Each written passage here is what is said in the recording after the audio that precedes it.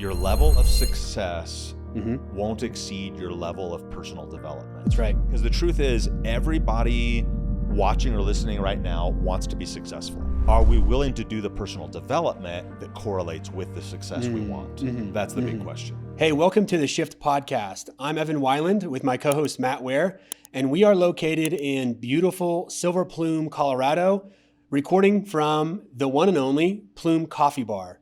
Matt, have you ever heard anyone say, it's just business, it's not personal? Yeah, of course. Dude, I hate that phrase. Here's the thing. Business is really personal, and we're going to spend the next few minutes talking about it. Yeah, it reminds me of the episode of The Office when Michael Scott gets so fired up about that, and he's like, business is the most personal thing in the world. And of course, we know what people mean when they say that, right? Like they're talking about being sort of detached from the outcome or, the financial piece or making the deal go through or whatever. So we understand what they mean. But in the context that we're going to talk about, what we believe is that business is personal because the growth of your business is actually directly tied to your personal growth. Yeah, 100%. I mean, what else is more personal than business? Think about it. If you work 40 hours a week, and we know that the average entrepreneur works a lot more than that. Right. Yeah, 40 hours a week is like a part-time job for an entrepreneur. That was my part-time gig. Right. Side hustle. If you're working 40 hours a week, that's already 25% of your life. Right. Matt, to frame it another way, if I stop growing personally, then my business stops growing. Right. Right? Yeah. So over time, I've learned that working on me has a direct positive effect on my business. Yeah. Would you agree? Absolutely. Well, and I think the challenge is if we buy into this idea that business is not personal, if we try to completely compartmentalize things, we're actually going to run into problems. And I realize like compartmentalization can have an unhealthy or healthy connotation. Like to a certain extent, you want to leave work at work when you come home. Like I get that. Sure. But I think sometimes in an effort to compartmentalize too much, we don't give enough credit to how much sort of overlap or interplay our personal and business lives really have for each other. And what inevitably happens is if we stop growing personally, our business is going to stop growing, but we may not know why. We're beating our head against the wall because we've hit this plateau and we're not connecting the dots that it's our lack of personal growth has actually impacted the lack of business growth. Yeah. Business brings challenges, doesn't it? Yeah. I mean, mine does at least. I don't know. Is that the consensus? Right. Yeah. I think in general, we agree on that. Yeah. So if business brings challenges, then it's on me to face the challenges and develop personally. Right. And I'm not alone in this. The Kauffman Foundation says that 91% of entrepreneurs say their business success is directly linked to their personal growth. No surprise there. Yeah, no surprise. Yeah. And Jim Rohn, the OG of personal growth, said it like this: your level of success will rarely exceed your level of personal development because success is something you attract by the person you become. Man, that's so good. Your level of success won't exceed your level of personal development. That's right. Man, that's like, we could just let that sit for a second. Sure. Because the truth is everybody watching or listening right now wants to be successful, right? I don't know a business owner or an entrepreneur that doesn't want to be successful. Yep. So we want that. Are we willing to do the personal development that correlates with the success we want? That's the big question. Yeah. One of the people who's influenced me the most along this line would be John Maxwell, the granddaddy of all things leadership. The Abraham? Yeah, totally. So early on, I mean, one of his earlier books that, if you're watching, listening, you might be familiar with, 21 Irrefutable Laws of Leadership. The very first law, he calls it the law of the lid. And his premise is that if you are in a leadership role, maybe you are the owner, maybe you are the president or CEO, you're the division head, whatever. If you're the leader, whatever you're the leader of, you are the lid to that organization or department or team or whatever it might be. So the team, the organization is not going to outgrow you. You are the one who's putting the ceiling on that. So if you want the business to grow, you have to grow. You want the organization to grow, you have to grow. And, one of the ways he illustrates this is, a great sort of history lesson from the history books of business around McDonald's. McDonald's is named after the McDonald brothers, but we really don't know about the McDonald brothers. The person we know is Ray Kroc, right? And the reason why is because the McDonald brothers, while they had built a successful single location burger joint, they really had kind of put a lid on the organization because they weren't visionaries. They didn't have the skill set to grow it into this massive global brand. Ray Kroc comes along. His leadership lid is so much higher. His capacity is so much bigger. So he's the one who takes it from its sort of, infancy, its stagnation, and takes it to the household name that we know today. And so what Maxwell says, what he writes, I'm just going to read this quote. He says, when you lift the lid on your leadership, you lift the lid on the entire organization. And I think that's really true. Yeah. So in other words, if you grow personally, your business is going to grow. Yeah. I mean, I think that's the big takeaway, right? To put it in simple language, if we will grow personally, our businesses will grow too. That's what we believe. I want to start talking about how we can practically apply these things as entrepreneurs, right? We're busy. We've got a lot on our plate. Yeah. So why don't you kick us off and tell us how we can begin to practically apply these things? Yeah, and I think you're right. I think that is one of the biggest challenges, at least in the immediate sense, is our mindset tells us that we are too busy to do this, right? I don't know if I've got the time or the energy or the capacity, because for most business owners, there's more to do today than I can get to today. Yeah. And it always feels like, man, there's something that I didn't plan for or didn't expect, that, the thing's burning down, right? It always feels like there's a fire to put out. There's a problem with this client. We're missing this deadline, this deliverable is not where it needs to be. And so in the moment, it feels really difficult to carve out the time that's needed to invest in myself and my own growth. Yeah, it's the tyranny of the urgent. Yeah. Right. And then in a moment, it can feel really difficult to prioritize the important over the urgent. Right. It's a trap. Yeah. 100% it is. And to be clear, we're not suggesting that you not take care of business, right? Like we know, because we live in this every day. We're doing it right alongside with you. So we're not suggesting that anybody, let the place burn down while you're sitting in a corner reading a book. Reading a self-development book. I can't deal with that. I've got to read this book. Right? We're not saying that. We know that life happens, and there's going to be crazy days, crazy weeks. I think what we are saying though is that it's this trap of letting a crazy day or a crazy week become a crazy month or a crazy quarter. And the next thing you know, you've neglected personal growth and personal development for a long period of time. And what we know, even just from our own personal experiences, that will bite you in the butt, 100%. I think of it like going, like fitness, right? If you skip today's workout, you're going to be just fine. Like you don't even feel it, right? And even if you go on vacation for a week and you're like, you know what, I'm just going to lay on the beach and I'm not going to do anything, you're fine. You don't go to the gym for a month. You don't run for 3 months. like you're going to feel that. That is going to cause a problem for you. And so I think we're suggesting make sure that you're not going for long periods of time without making this a priority. Yeah. I love what you said about the fitness. I think the point that we're trying to make here, Matt, is that we've got to build personal growth into our routine, just like we would a personal fitness plan, right? Yeah. Or a personal diet plan. Right.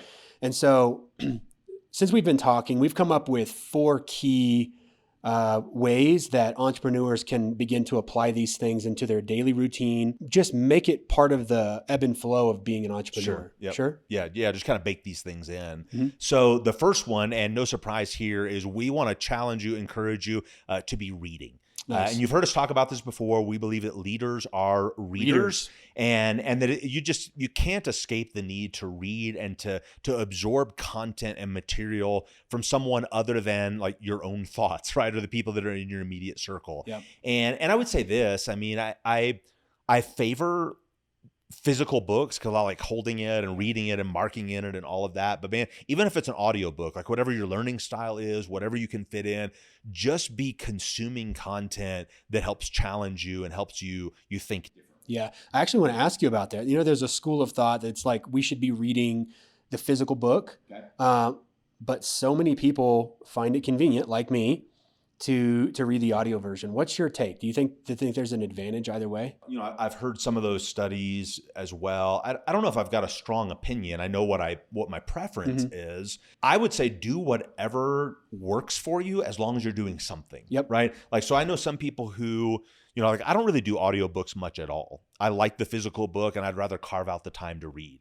Some people prefer audiobooks because it's easier to do, on the go, you're driving, you're at the gym, you're on your run or whatever. I know some people who will do the audiobook first, and then if they like it, they'll buy the physical book. I know some people who do it simultaneously. They'll listen while they're reading because they feel like it's firing on more parts of their brain so they can retain more.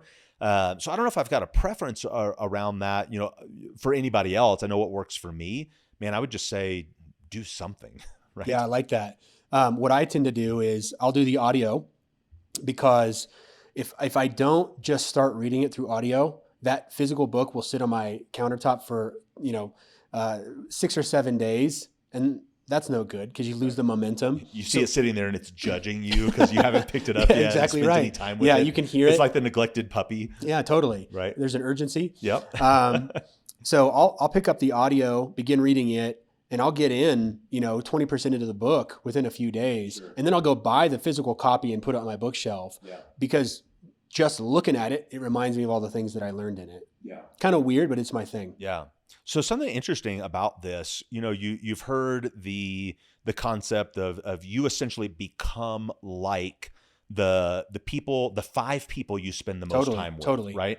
And I heard somebody kind of unpack this concept not long ago. They said, what if that wasn't just the 5 like actual human connections that you had? Oh, interesting. What if it was also the influences that you're having through things like books? So if you spent enough time with, let's say, John Maxwell because you were reading his books, could he be one of the 5 people who's influencing you the most? Even though you may never meet him in person, he's actually influencing you to that level because of the amount of time and energy invested into his content. Yeah. So you begin to live vicariously through these biographies. Right. Well, and it sort of becomes a mentor or a coach from a distance, which I know we'll talk about in a few minutes. Yeah. So the next one is podcast. And we know that folks are listening to this, so that's awesome. We love that. Yep. But what I would recommend, Matt, is that our audience begin listening to podcasts of either thought leaders or influencers or business owners who are a little bit ahead of them in their journey. Yeah, absolutely. And I mean, we do that. You and I both listen to podcasts, and we're always, sending each other stuff or clips or whatever. And I think it probably is along a similar vein. Is when you're listening to a podcast, you're allowing somebody in your ear, almost literally, to be speaking into your situation and into your context. And you may never meet them. You may never have the opportunity to be one-on-one in a room with them, but you're absorbing their thoughts and their influences, and it's becoming part of you. And I know for me, there's a lot of times that I'll end up quoting someone, sometimes not even consciously. Right. But because I've absorbed this content, it's become a part of who I am and a part of the way I think, because I've been listening to these people speaking to me as if they were walking alongside me in my journey. Yeah. What I'm hearing here is mindset. Yeah. And I think that, when you start listening to people with that level of personal growth, it's contagious. Yeah.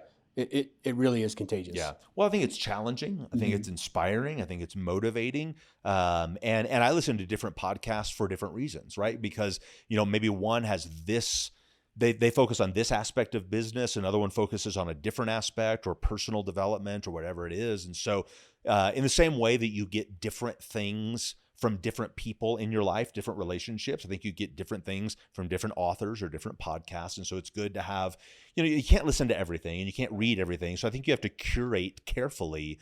But I think if you've got sort of a well-balanced diet, you grow because of that. I think it's important that we pick a few people that we're going to listen to, whether it be authors or speakers or podcasters, and we just listen to them for a while, like sort of drink from the same well sort of situation. And if you have a business partner, even more importantly, to read the same books, listen to the same people, attend the same conferences, I think it's really, really valuable. I don't know, it can feel overwhelming when you think about all the content that's available today. You know, it's like, man, when you go sit to watch a show in the evening, you turn on Netflix, like you can waste hours just going through all the options, right? Like we're overwhelmed with options. I've never done that. Right. Yeah, I'm sure you haven't. But yeah, we'll ask your wife about that later. But I think that's a good point. I don't try to chase a lot of different podcasts or a lot of different authors. What I try to do is home in on just a handful at a time.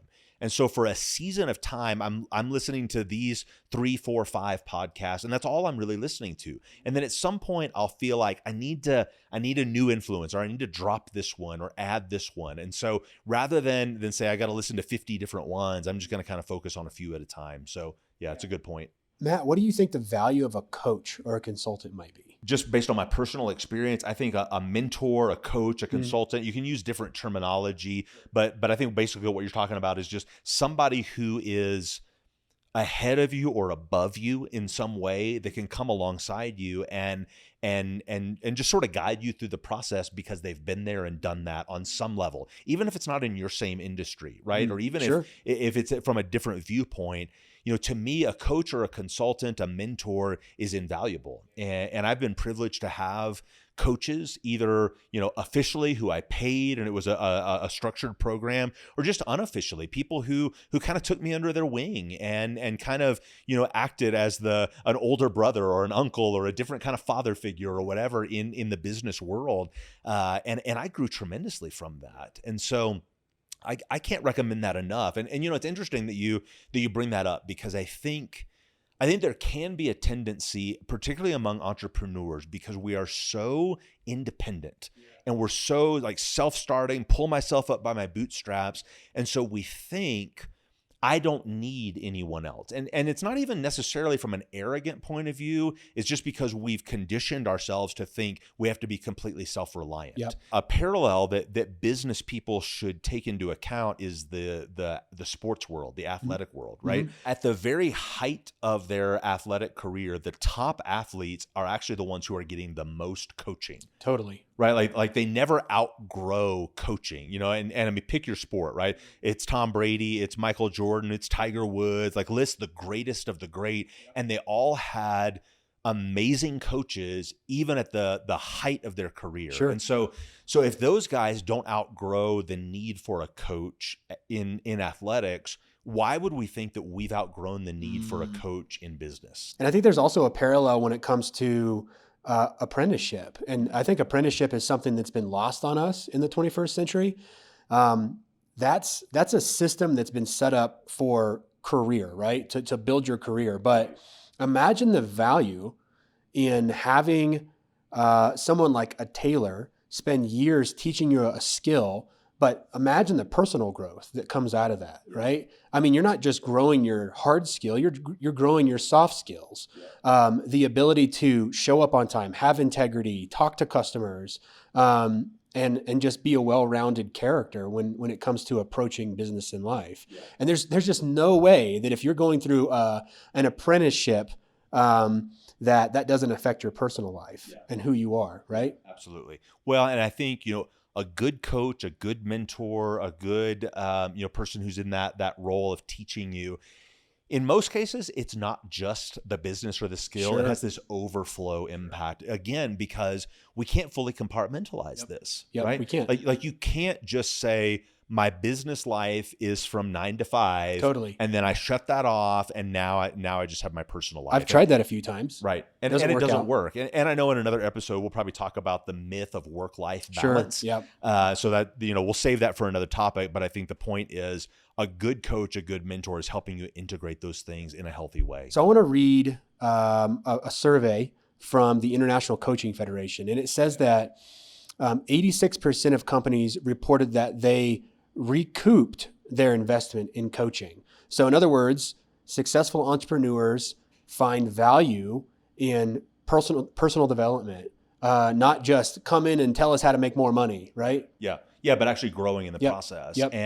And you know, by the way, you know, we believe in this both for ourselves as well as to help other people. And Evan, you and I both do some coaching and consulting for business owners and entrepreneurs. And so, if you're watching or listening and something that we talk about or the way that we frame things really resonates with you, and you're interested in having that conversation with one of us or both of us, we'd be honored. Just reach out to us and let us know how we can help. And if there's anything we can do to come alongside you in a more personal kind of one-on-one way, we'd be happy to take a look at doing that. The book of Proverbs, the original book of wisdom, right, says, "He who walks in the wise grows in the wise." And so we think it's really, really important to be part of a community, right? A community. I mean, that's where it's at, man. Doing life together, doing business together. Because when you're in a community, they're sort of a mirror. They can be a sounding board, but they can also be a mirror. And what you think might be a good idea in your head is not. Right. And you can have someone just the look on their face says it all. Yep. And so having a community of like-minded people that will challenge you, that will push you, and maybe a few people in that community who are just a little bit ahead of you, I think is good for everyone. Right. Okay, so just for clarity though, when you talk about a community, you're not talking about specifically that coach or mentor relationship. Right. You're talking about more a group of people who, maybe they're peers, but maybe, like you said, they're a little bit ahead of you. And I think that's an important part of growth. So I like to think about it this way with relationships. I like to put kind of a sibling lens or a grid on it. I think you need an older brother, so to speak. You need kind of a twin brother, and then you need a younger brother, right? So these are people somebody who's a little bit ahead of you, somebody who's basically at the same place as you, and somebody who's coming along beside you or behind you. And the reason why is because you grow, your personal growth happens in all of those different relational contexts, but in a slightly different way. The older brother gives you something to look up to and sort of emulate and admire. The twin brother challenges you at a peer level, and you butt heads, but in the right way because it makes you better. The younger brother, you're trying to teach him something, and it's interesting how you learn when you teach. And so I think a community of people, if it's orchestrated right, can provide all of those different kinds of relationships. That's good, man. Next level. The best way to grow is to teach. Is that right? Yeah. Well, I think it's certainly one of the ways that you learn it is when you have to teach it to somebody. Like, you have to really know it if you're going to teach it to somebody else. This is the litmus test? Right. Yeah. Okay. Yeah, 100%. And look, we know when we talk about these things, right? The reading and podcasts and getting a coach or a mentor and building a community, we know that in the busy entrepreneur's world, it can be difficult to think about adding these things to your calendar, adding these things to your schedule. What we want to do is throw these ideas out to challenge you and say that if we could, we put a personal guarantee on it that any time and energy you invest in these things, we promise you, is going to pay off in a big way in your business. Your personal growth is directly tied to the growth of your business. You are the lid to the growth in your business. Yep. You can also lift the lid if you're just intentional about doing some of the things that we just got through talking about. Yeah. And we want the audience to practice doing these things. Right. So that they can grow personally and so that they can grow in business, because business is personal. Yeah. And I think maybe that's the bottom line that we believe is that business really is personal. Your personal growth is what impacts your business growth. And so I mean, that's the whole title of this podcast, The Shift. We want to challenge you, sort of throw down the gauntlet, make the shift, right? If you're a person who's watching or listening, and this is something that you realize, man, as we're talking about it, I don't really do those things.